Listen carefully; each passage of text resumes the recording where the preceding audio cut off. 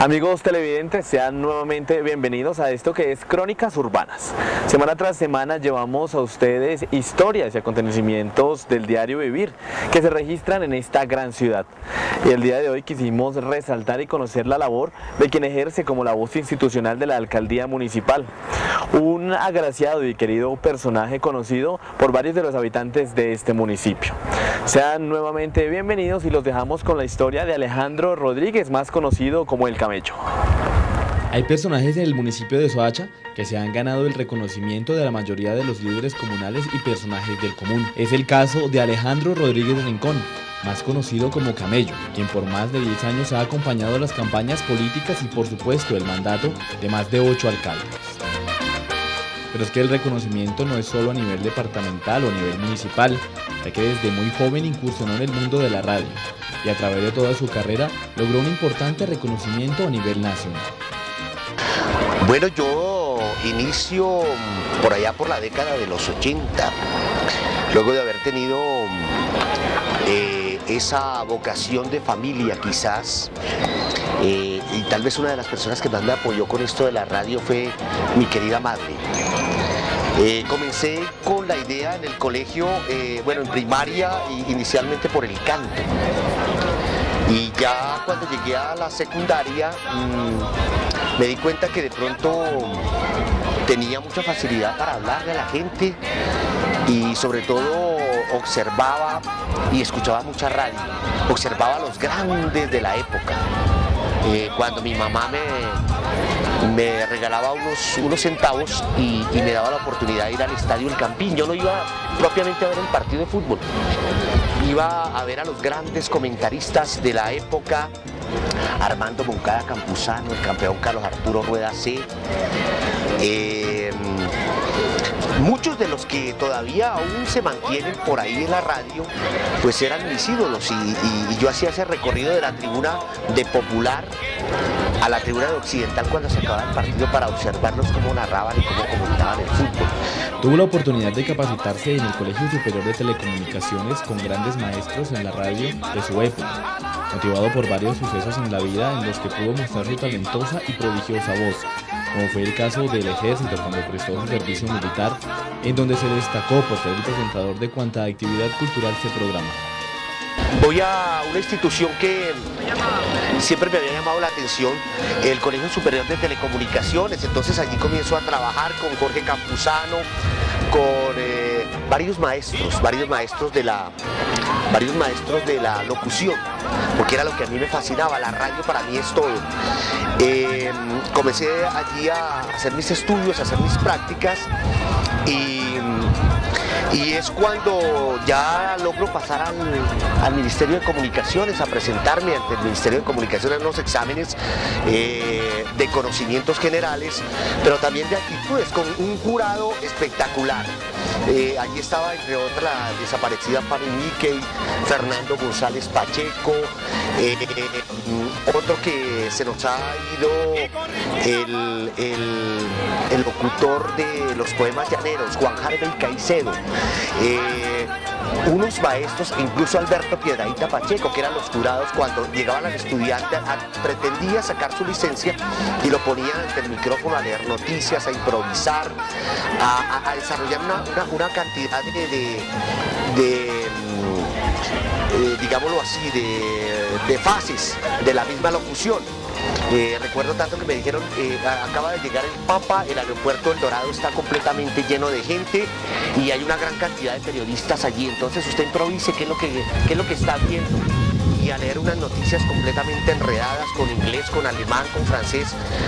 Y resulta que habíamos 50 que nos presentamos allí en el Ministerio de Comunicaciones y clasificamos 2. Por aquellos azares de la vida y mientras alternaba algunos turnos de radio con su trabajo matutino como vendedor de lentes formulados, un día se dio la oportunidad de hacer pruebas con William Vinascoche, aquel famoso narrador deportivo. Aquella escena la recuerda con máximo detalle. Y entonces arrancamos en un juego entre América, que venía a visitar a Independiente Santa Fe. Eso fue más o menos para la época de 1981, 1982, por ahí. Y entonces me pasaron a un vestuario y cada rato William me daba y yo le contestaba y entrevistaba a los jugadores y yo temblaba y pensaba que lo estaba haciendo mal, y resulta que cuando ya termina el juego y subo a entregar el radio retorno y el micrófono y todas estas cosas, William me dice, usted estaba trabajando en radio. Le dije, no, yo no he trabajado en radio.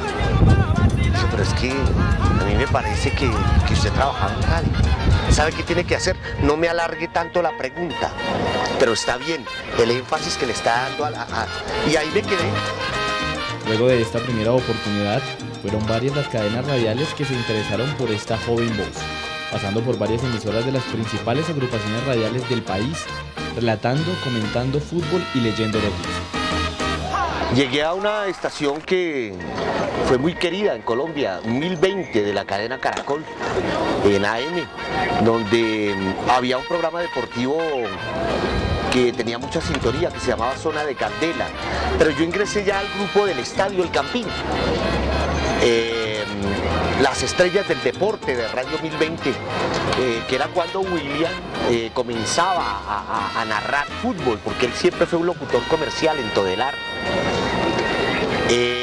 Yo comencé a hacer vestuarios, allí me comencé a relacionar con Calderón España, con el Pocho Blanco, el mismo médico que me había llevado, un comentarista de relevancia, no sé si continuó, no creo que hubiesen querido seguir continuando con el comentario, se dedicó a su profesión como tal. Y allí comenzamos a hacer un buen trabajo por cerca de 2 años. Pero ya William se da cuenta que yo puedo hacer también la cabina. Entonces desde ahí me vuelve polifacético. Y me decían polifacético, porque no solamente hacía la parte deportiva, sino que también anunciaba discos, lanzadiscos. Ya en 2020 tenía una programación tropical y yo anunciaba discos para el mes de diciembre. Y me dieron un turno que se me facilitaba el trabajo que yo desarrollaba. Recordemos usted cómo anunciaba esos discos. Pero con la voz. Con la voz del locutor. Con la voz del locutor, claro. Esta es 1020 de Caracol. Fin de año. Esta es la música de los hispanos. Bueno, en fin, ¿no? Se iba lanzando los temas allí.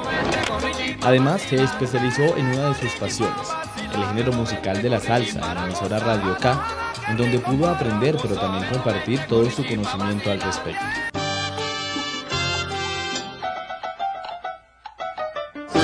La salsa para mí siempre ha sido especial, yo siempre la había cogido, pero no me había metido tanto en lo del muchacho que escucha la radio pero no se mete de lleno en lo que es la esencia, conocer artistas, conocer el recorrido de la evolución de la música como tal, ¿no? Había oído hablar yo, por ejemplo, de la Sonora Matancera, y había escuchado temas de la Sonora Matancera, pero comienzo a profundizar de los cantantes, de cómo se creó la Sonora Matancera, cómo comenzó Celia Cruz en aquella época a cantar con una estudiantina, y cómo llega Celia Cruz y no es aceptada de principio, no era bien aceptada en la Sonora Matancera, hasta después de un tiempo la aceptan, como tampoco fue aceptado de primera mano Nelson Pinedo, el único colombiano que participó en la Sonora Matancera. De tal manera que ahí comienzo a profundizar todo el tema de la salsa. Pero la vida lo seguía premiando y brindándole oportunidades para que creciera profesionalmente. Es cuando viaja a Centroamérica para trabajar en algunas emisoras de El Salvador y otros países. Y estoy en la K cuando viene una gran oferta también. Viene una oferta a hacer voz comercial en una radio internacional en El Salvador para una vuelta, la 20ª vuelta ciclística al Salvador, por la reivindicación de ese país que venía de un conflicto armado y de una serie de dificultades. Entonces vamos a hacer deporte a El Salvador, con tan buena suerte que me contrataron por un mes y allí me toca compartir habitación en los hoteles con un comentarista de Guatemala, y yo le hacía el programa para Guatemala por la noche porque él estaba solamente haciendo resúmenes en la noche, y entonces me puse a hacer el programa con él, y el director de la emisora en Guatemala le gustó el estilo mío y me lleva. Entonces me quedo un año en Centroamérica, haciendo voces comerciales, leyendo noticias, incursionaba en algo de deporte, en fin. Contemos un poquito de esa experiencia. ¿Cuál es de pronto la diferencia en hacer radio en Guatemala, en Centroamérica, hacer radio en Colombia? La diferencia era total, Colombia siempre se caracterizó por hacer muy buena radio, calidad humana y calidad técnica.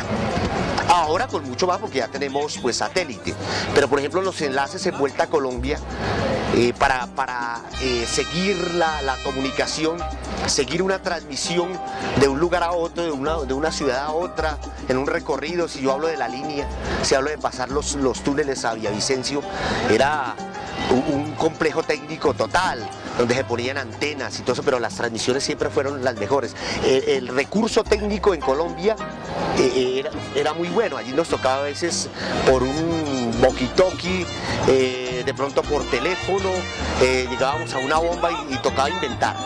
Luego de esta gratificante experiencia en la radio internacional, regresa al país para vincularse con la cadena RCN, en donde se convierte en el DJ y locutor de emisoras como Radio 1 y Rumba Estéreo. Pero su destino tampoco estaría allí, ya que buscando una solución de vivienda para su familia, llega al barrio Portalegre, en el municipio de Soacha. Llegó comenzando el año 96. No me había retirado de la radio, seguí la radio, estaba con la cadena RCN. Luego de que ya me instalo en Soacha, pasa unos meses y me invitan a presentar a un candidato a la alcaldía, cosa que no acepté. Yo nunca había manejado la parte política, ni me gustaba mucho la tarima para mí era terrible, porque yo estaba acostumbrado más bien al micrófono de la radio y hacer el show sin que nadie lo viera, ya es diferente porque todo el mundo lo está viendo. Pero tanta insistencia de la gente del sector, entonces fui a presentar al candidato, gustó, y después de un año me habían invitado a venir a la alcaldía, yo nunca quise venir, estaba dedicado a la radio, en fin. Después de un año me invitan, me llaman por teléfono para venir a conversar con el alcalde de turno. ¿Quién era? El doctor Jorge Ramírez, para que hablara con él, y me encuentro en la puerta de la alcaldía con alguien que fue institucional acá, un hombre que había hecho todas las presentaciones de los alcaldes, de los festivales, de todo en el municipio de Soacha, Jaime Bravo León, en paz descanse. Y me dice: Alejito, lo llama porque el alcalde quiere que usted sea mi segunda voz en el escenario de Sol y Luna para ese año. Y entonces comenzamos a hacer el Sol y Luna y comenzó la gente como a aceptarme dentro de sí. Ellos estaban muy acostumbrados, el pueblo soachuno estaba acostumbrado a lo que hacía Jaime, pero me fueron aceptando. Él infortunadamente sufre una enfermedad, comienza a tener algunas molestias. ¿El estilo suyo con el de Jaime? De pronto una voz un tanto más recia, ¿no? Un tanto más, más coloquial, diría yo, más ceremoniosa. Yo no me aparto de ese esquema porque yo venía también más o menos de la misma escuela. Comienza la gente a aceptarme, él comienza a tener afecciones de salud, hacemos 2 festivales de Sol y Luna juntos y tiene una recaída a causa de una enfermedad. Infortunadamente él fallece. Es en ese momento cuando Alejandro se siente comprometido con Soacha y decide reemplazar al irreemplazable Jaime Bravo León. Los invito para que hagamos una pequeña pausa, pero no se despeguen de Crónicas Urbanas, porque ya regresamos para conocer la segunda parte de la historia de la voz institucional del municipio de Soacha.